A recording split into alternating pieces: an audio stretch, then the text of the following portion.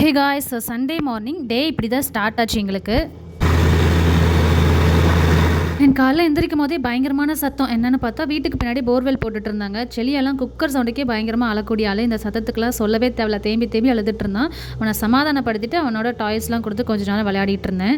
சீக்கிரமாக எந்திரிச்சனால ஜெகதீஷ் காலையிலே கடைக்கு போயிட்டு நான்வெஜ்க்கு மட்டன் தான் எடுத்துகிட்டு வந்திருந்தாங்க. அண்ட் செளியாவுக்கு கொஞ்சமாக லிவருமே வாங்கிட்டு வந்திருந்தாங்க. எனக்கு நான்வெஜ் அந்த அளவுக்கு சமைக்க தெரியாது. என்னோட மாமியார் தான் வந்து செம்ம சூப்பரான ஒரு மட்டன் குழம்பு ரெடி பண்ணி கொடுத்தாங்க. அண்ட் நான் வந்து எல்லாருக்குமே இட்லி வந்து ஊற்றி கொடுத்துட்டேன். அந்த மட்டன் குழம்பு பார்த்ததுமே எனக்கு பயங்கரமான பசி எடுத்துடுச்சு. சரி சாப்பிட்லான்னு சொல்லிட்டு போகும்போது தான் ஜெகதீஷ் வந்து லாஸ்ட் வீக் அம்மா வீட்டில் பூரியும் மட்டன் குழம்பும் சாப்பிட்டோமா, அதோட காம்பினேஷன் நல்லா இருந்துச்சு, எனக்கு பூரி வேணும்னு சொல்லி ஒரே ரகலை பண்ணிட்டு இருந்தாரு. அதனால் கொஞ்சமாக மட்டும் மாவு பிசைஞ்சு ஜெகதீஷ்க்கு வந்து பூரி செஞ்சு கொடுத்துட்டேன். லாஸ்ட் டைம் அம்மா சொன்ன சில டிப்ஸ்லாம் ஃபாலோ பண்ணி இந்த டைம் பூரி செஞ்சதுன்னா எனக்குமே எல்லா பூரி நல்லா புசு புசுன்னு சூப்பராக வந்துருந்துச்சு. லிவர் ஃப்ரைமே செல்லியாக்கு ஏற்ற மாதிரி உப்பு காரம் இதெல்லாம் கம்மியாக போட்டு ஜெகதீஷ் வந்து செம சூப்பராக செஞ்சு கொடுத்துருந்தாங்களா. டேஸ்ட்டுமே நல்லா வந்துருந்துச்சு. செல்லியாவுமே ரொம்ப விரும்பி சாப்பிட்டேன். அண்ட் மார்னிங் பிரேக்ஃபாஸ்ட்டுக்கு எல்லாருக்குமே பிடிச்ச மாதிரி எல்லாமே செஞ்சு சாப்பிட்டோம்.